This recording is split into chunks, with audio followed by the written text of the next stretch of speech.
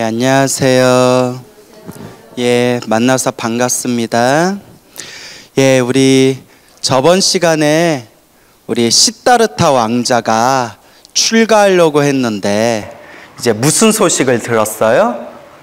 예, 야쇼다라 공주님이 뭐 하셨습니다? 예, 출산? 벌써?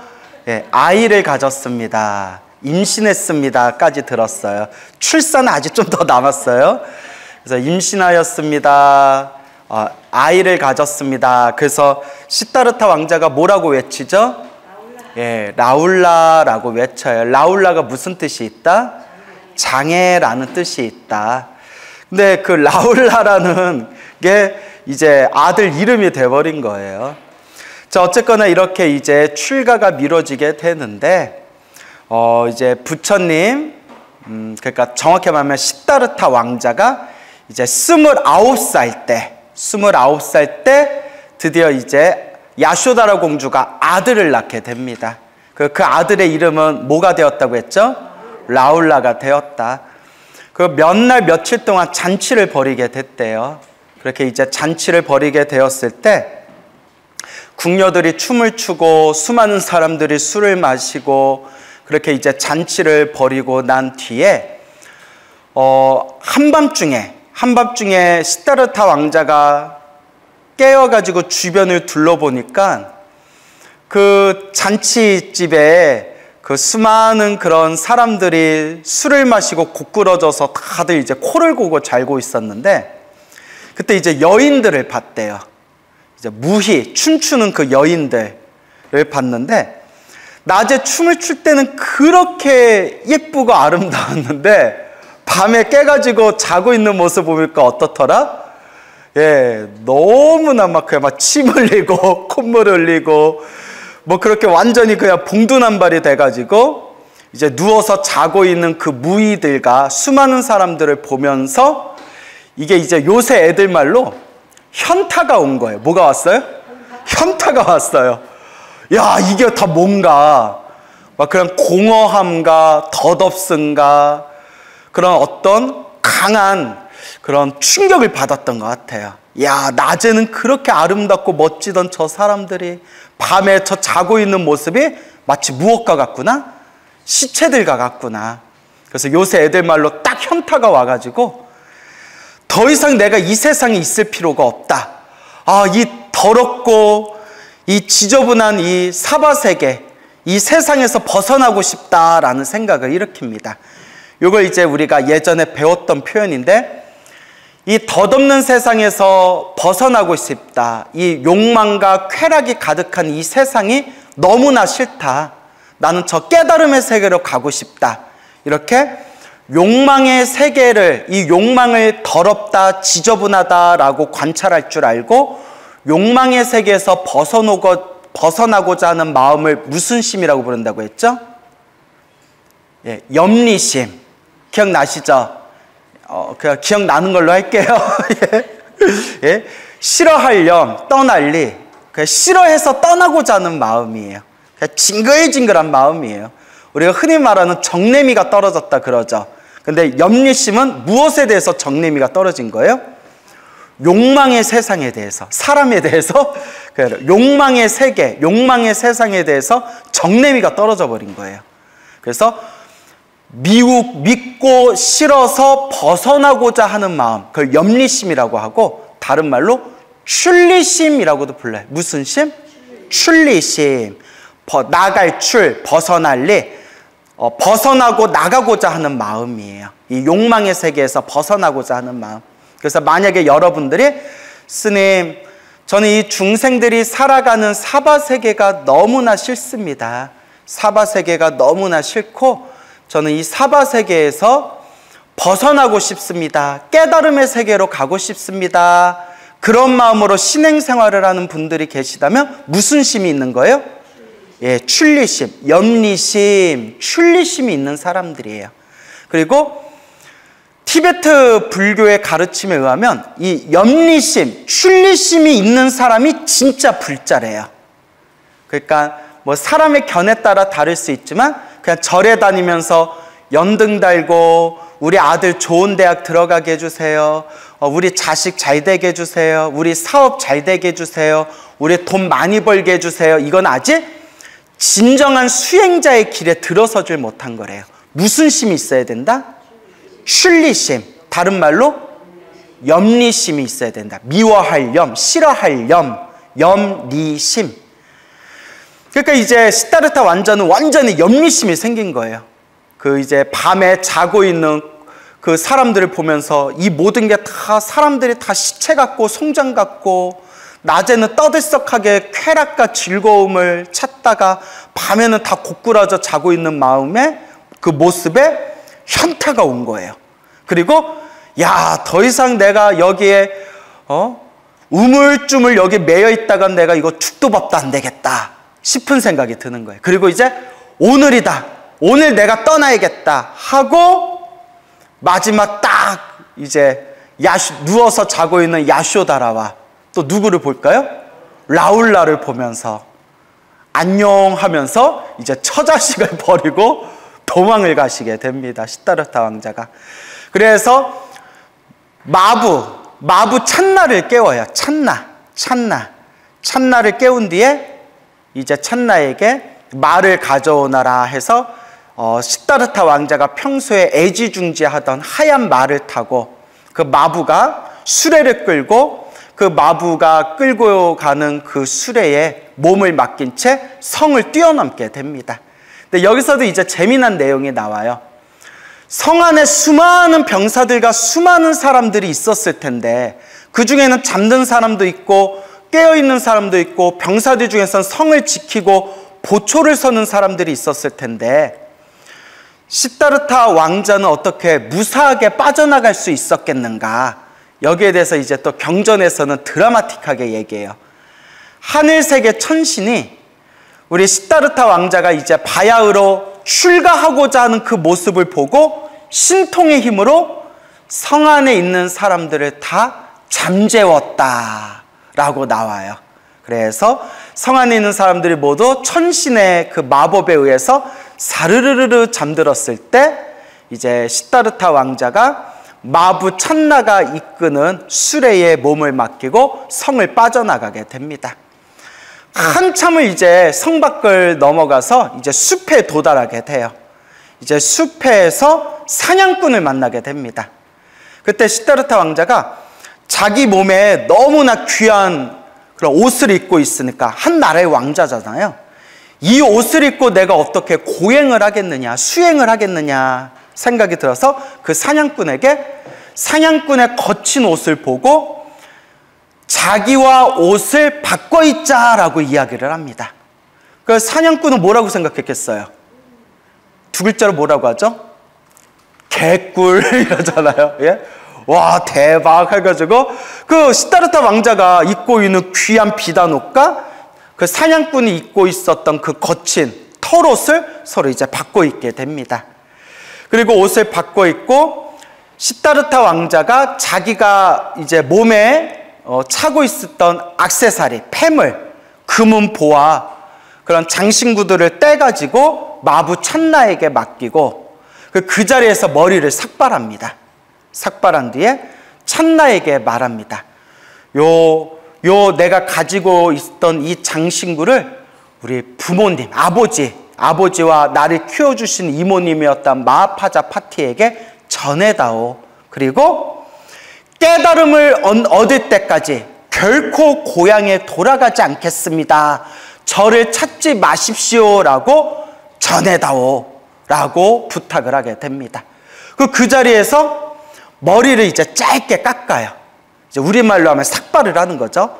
머리를 짧게 자르고 이제 나는 머리를 깎은 수행자다.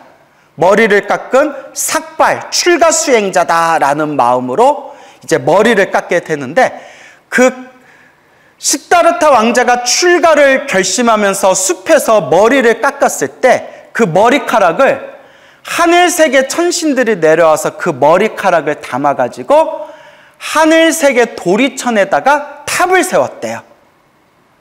그래, 머리카락으로 하늘세계에다 탑을 세웠대요.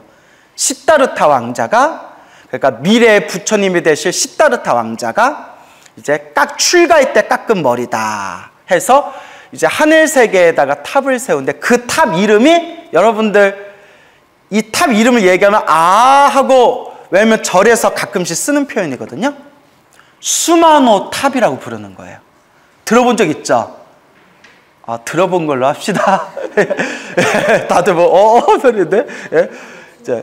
수마노 탑이라고 부르게 된 거예요. 그러니까 우리가 쓰고 있는 수마노 탑이나 수마노라는 단어가 어디서 따온 거예요? 그 도리천에 모셔놓은 시다르타 왕자가 처음 출가했을 때 삭발한 그 머리카락을 이제 하늘세계 탑에다가 사리탑처럼 모시게 되었다라는 이야기가 나옵니다. 그리고 이제 찬나가 말을 끌고 이제 성으로 돌아가는데 그 말이 시다르타 왕자가 애지중지하던 말이었대요.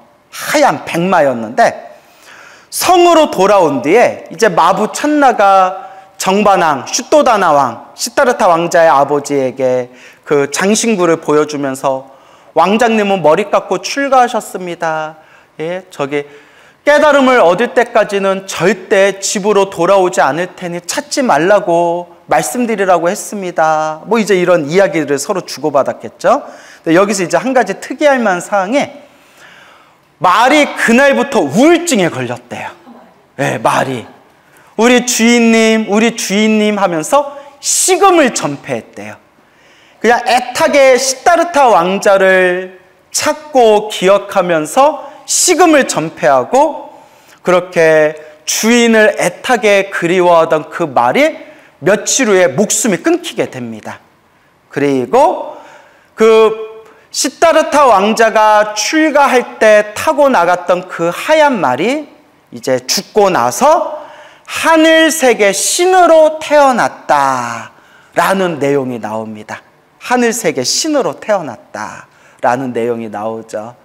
자, 그래서 이제 이와 같은 이제 이야기가 쫙 펼쳐지게 되고 또 이제 여담인데 요 마부 찬나가 나중에 머리 깎고 출가를 해서 부처님 제자가 됩니다. 그런데 겁나게 말을 안 들었대요. 아주 불교계 유명한 말썽꾸러기였대요. 왜냐? 너무나 지독한 교만병에 걸려가지고 다른 스님들하고 어울리지를 못하는 거예요. 항상 무슨 생각을 품고 있었냐면 니들이 나를 알아? 나는 우리 부처님이 왕자님이었을 때 머리 깎고 출가하려고 성을 탈출하셨을 때 그때 수레를 몰았던 사람이 바로 누구다? 바로 나야. 니들이 나를 알아? 하고 그렇게 말을 안 듣고 스님들하고 자꾸 부딪히고 그렇게 말썽꾸러기였대요. 그래서 심지어 이런 내용이 나와요. 마부 찬나가 머리 깎고 출가를 한 뒤에도 부처님이 80살에 세상을 떠나고 난 뒤에도 몇 년을 더 살았어요. 그래서 안한 스님이 부처님이 이제 세상을 떠나시려고 할 때 막 부처님께 여쭤볼 게 많잖아요. 뭐는 어떻게 해야 됩니까? 이거는 어떻게 해야 됩니까? 저거는 어떻게 해야 됩니까? 막 여쭤봤을 때 오죽하면 이런 내용이 나와요. 부처님, 출가 전에 마부 출신이었던 찬나가 부처님이 세상을 떠나시고 나면 아무도 저 사람을 제어하지를 못할 겁니다. 그나마 부처님 말만 들었는데 부처님이 세상을 떠나시고 나면 저 찬나를 어떻게 해야 됩니까? 라고 질문할 정도로 엄청나게 골칫덩어리였나 봐요. 그때 유명한 얘기가 나와요. 부처님이 이렇게 얘기하십니다. 묵빈대처해라. 뭐하라? 묵빈대처. 묵빈대처. 그게 뭐냐? 침묵으로 대해라. 그러니까 한마디로 투명인간처럼 대해라.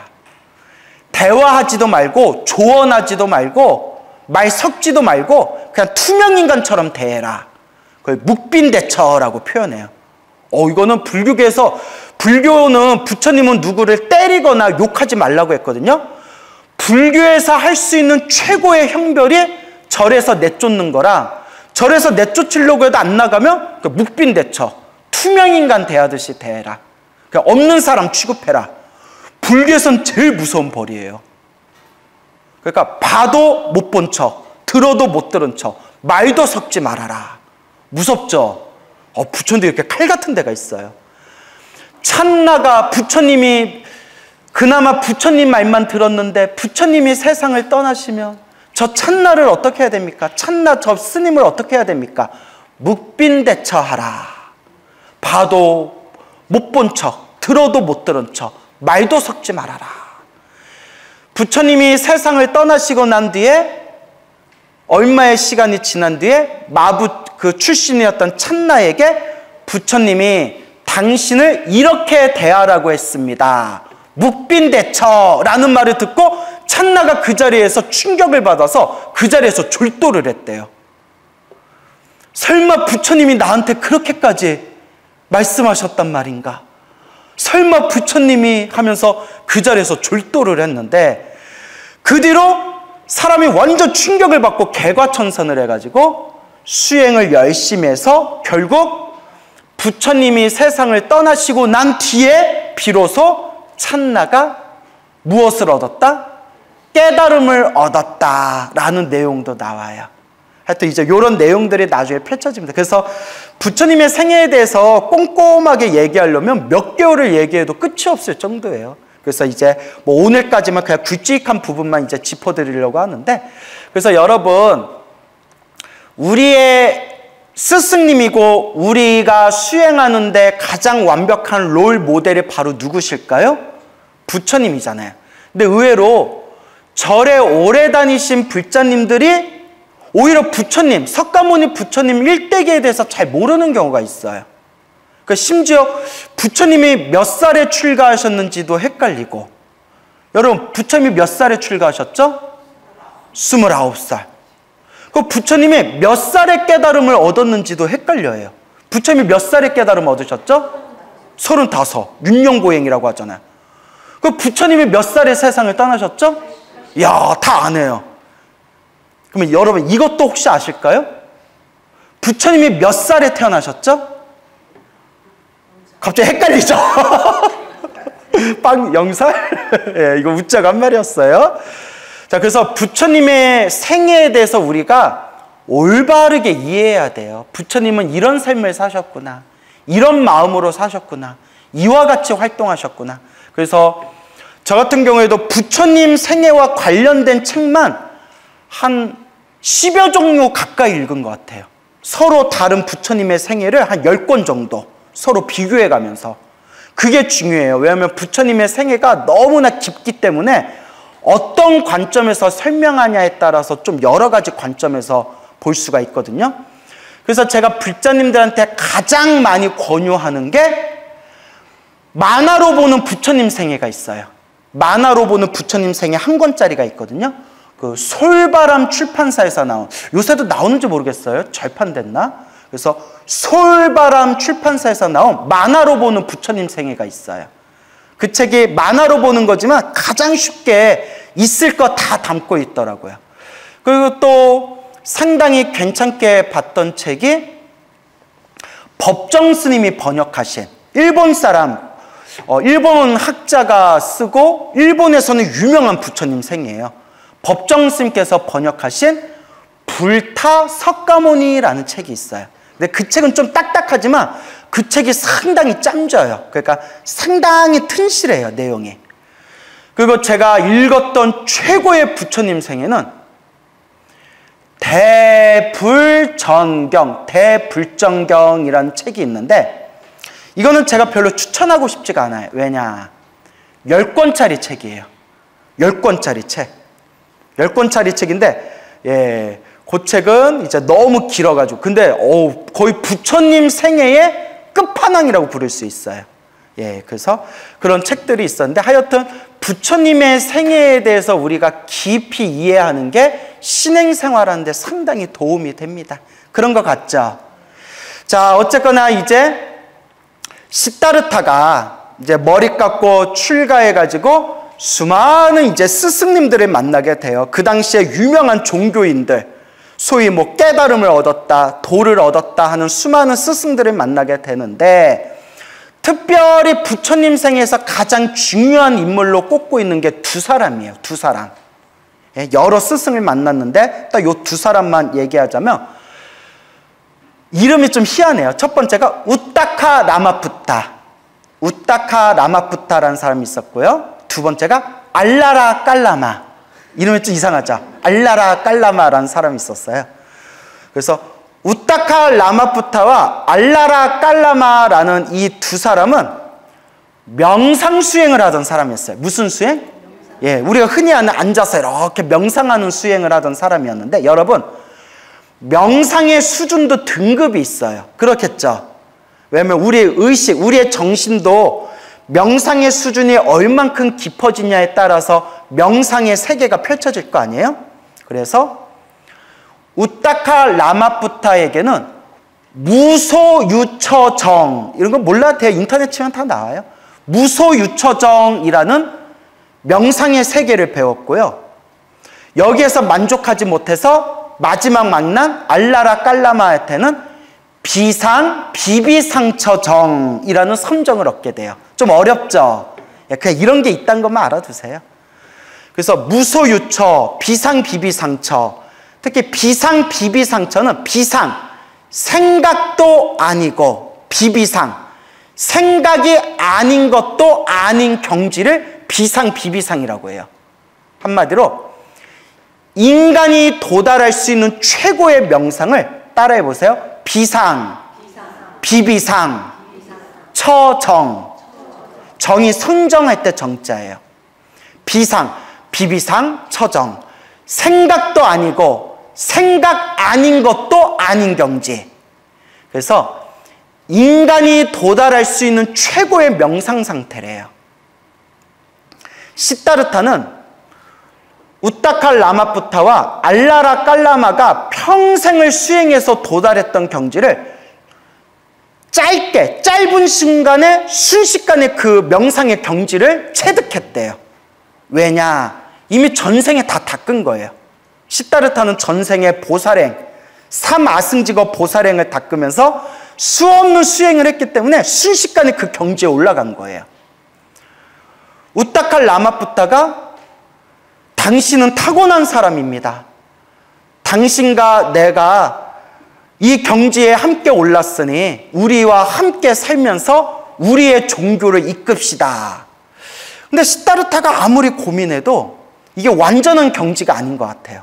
자기는 세상에 없는 위없는 완전한 깨달음을 얻는 게 목표인데, 우타카 라마푸타가 가르쳐준 무소유처정, 무소유. 그러니까 더 이상 마음에 소유가 없는 깊은 명상 세계예요. 이 무소유처라는 선정에 들어갔는데 마음에 와닿더라 안 와닿더라? 와닿지가 않는 거예요. 그래서 이거는 내가 원하던 길이 아닌 것 같습니다. 이거는 내가 원하는 위없는 깨달음이 아닌 것 같습니다 하고 다른 스승을 만난 게 금방 얘기한 알라라 깔라마였어요. 예? 네, 알라라 깔라마를 만나서 알라라 깔라마에게 비비상처정이란 걸 배우는데 인간이 도달할 수 있는 최고의 경지였지만 마음에 와닿더라 안 와닿더라? 안 와닿는 거예요. 여기서 이제 명쾌하게 설명해. 뭐라고 설명하냐? 명상에 들어갔을 때는 편안하고 고요하고 완전한 것 같지만 명상에서 딱 깨어나면 번뇌망상이 다시 일어나는 거예요. 이게 중요해요. 명상에 들어갔을 때는 고요하고 편안하지만 명상에서 깨고 나서는 아직도 뭐가 남아있더라? 번뇌망상이 남아있더라.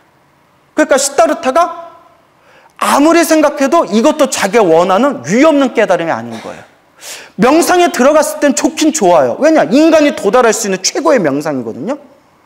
근데 명상에서 깨어나면 번뇌망상이 그대로 남아있어요. 그래서 알라라 깔라마에게 이거는 제가 원하던 그런 깨달음의 경지가 아닙니다. 저는 번뇌망상이 완전히 소멸하기를 원합니다. 저는 이것으로 만족할 수 없습니다. 라고 해서 이제 알라라 깔라마의 곁을 떠나게 됩니다. 그래서 여러분 명심해야 될 게 있어요. 그래서 우리가 부처님의 생애라든가 불교 교리를 깊이 연구해야 돼요. 팔만대장경에 모든 답이 다 있거든요. 근데 교리 공부를 열심히 안 한 사람들하고는 대화가 잘 안 돼요. 그 중에 하나가 뭐냐, 여러분, 우리가 명상을 열심히 하면 깨달음을 얻는다고 하잖아요. 불교에서는 그렇게 보지 않아요. 명상을 한다고 다 깨달음을 얻는 게 아니다. 왜냐? 시다르타도 처음에 명상을 수행했고 인간이 도달할 수 있는 최고의 경지까지 갔지만 깨달음을 얻었어요? 못 얻었어요? 못 얻었어요. 즉, 명상을 했다고 깨달음을 얻는 게 아니라 정견, 따라해보세요. 정견. 바른 견해가 있어야 된다. 바른 견해를 갖고 소위 말하는 명상을 해야, 바른 견해의 명상을 해야 깨달음을 얻을 수가 있다. 그래서 불교적인 관점, 이건 그냥 불교적인 관점이에요. 불교적인 관점에서는 다른 종교에도 명상이 있지만 다른 종교의 명상법을 닦아도 마음이 편안하거나 고요한 걸 맛볼 수는 있지만, 이건 부처님이 하신 말씀이에요. 정견, 부처님이 발견하신 바른 견해가 없는 타 종교의 명상으로는 생사윤회에서 벗어날 수 있다 없다, 윤회에서 벗어날 수 없다라고 말씀하셨어요. 이건 제 얘기 아닙니다. 팔만대장경에 나오는 내용이에요. 그렇게 불교교리에서는 그게 그래서 유명한 말이 나와요. 아함경에. 여러분, 소가 물을 마시면 젖이 되고 뱀이 물을 마시면 독이 된다는 얘기 들어보셨죠? 그 뜻이 뭐냐면 아함경에 더 정확히 나와요. 똑같은 수행을 한다고 해서 똑같은 결과를 얻는 게 아니다. 아함경에서 말합니다. 어떤 견해를 가지고 수행하냐에 따라서 서로 다른 결과가 생긴다. 마치 똑같은 물을 마셔도 소가 물을 마시면 젖이 되고 독사가 물을 마시면 독이 되듯이 똑같은 수행을 해도 어떤 견해를 가지고 수행하냐에 따라서 다른 결과를 만들어낸다 라고 아함경에 나옵니다. 즉, 부처님이 말씀하신 부처님의 가르침인 바른 견해를 갖고 명상을 하냐, 아니면 그냥 나 마음 편안하게 하려고, 그냥 마음 고요하게 하려고 그냥 명상을 하느냐, 나중에는 하늘과 땅만큼 차이가 난다는 거예요. 이걸 경전에도 나오지만 옛날 명상을 수행하셨던 불교의 깨달음을 얻으신 선지식들께서 이걸 그대로 완벽하고 세밀하게 이걸 다 설명해 놓으셨어요. 이게 다 경전이나 논서에 보면 나오는 내용입니다. 그래서 여러분, 불교는, 솔직히 불교 수행은 끝이 없어요. 우리나라에서 한문 경전, 한문으로 된 경전을 제일 잘 보기로 유명하신 천재 스님이 계세요. 스님들 사이에서도 천재라고 소문나신 완전 노스님이 계시는데, 어렸을 때부터 서당에서 한학을 공부하셔가지고 한문을 자유자재로 보세요. 그리고 젊었을 때부터 책을 보면 사진 찍히듯이 찍히셨대요. 그래서 제가 일부러 이름은 말씀 안 드릴게요. 근데 인터넷 치면 아주 유명하신 노스님이세요. 노스님. 근데 이 스님께서 거의 팔만대장경을 거의 다 연구하셨다시피 했는데, 이 노스님이 지금 연세가 아마 80이 넘어서 90 다 되셨을 거예요. 몇 년 전 인터뷰에 보니까 인터뷰에서 이렇게 얘기하시더라고요. 요새는 오직 나무아미탑을 연부를 열심히 한대요. 나무아미탑을 연부를 열심히 한대요. 말년에. 왜요, 스님? 하고 여쭤보니까 평생 책을 봤는데 불교는 바다와 같이 끝이 없어서 봐도 끝이 있더라 없더라. 평생 공부해도 끝이 없더래요. 야, 그런 우리나라를 대표하는 대천재 스님께서 그런 말 할 정도면, 야, 이거는 말 다 한 거예요. 그래서 그분이 평생 책을 봤는데도 끝이 없더래요. 공부해도. 그래서 당신이 얻은 결론이 어디 가서 공부해야 되겠다? 극락세계 가서 공부해야겠다. 극락세계 가면 수명이 영원하다잖아요. 극락세계 태어나면 수명이 끝이 없고, 아미타 부처님, 관세음보살님, 대세지보살님을 스승으로 모시고 영원토록 불교 공부를 할 수 있는 성불대학교가 극락세계다라고 무량수경에 나오잖아요. 그래서 그 어른 스님이 평생 경전을 공부하면서 얻은 결론이 불교 공부는 끝이 없을 정도로 심오하다. 그래서 이번 생에 아무리 책을 봐도 끝이 없더라. 그래서 얻은 결론이 요새 무엇을 많이 하신다?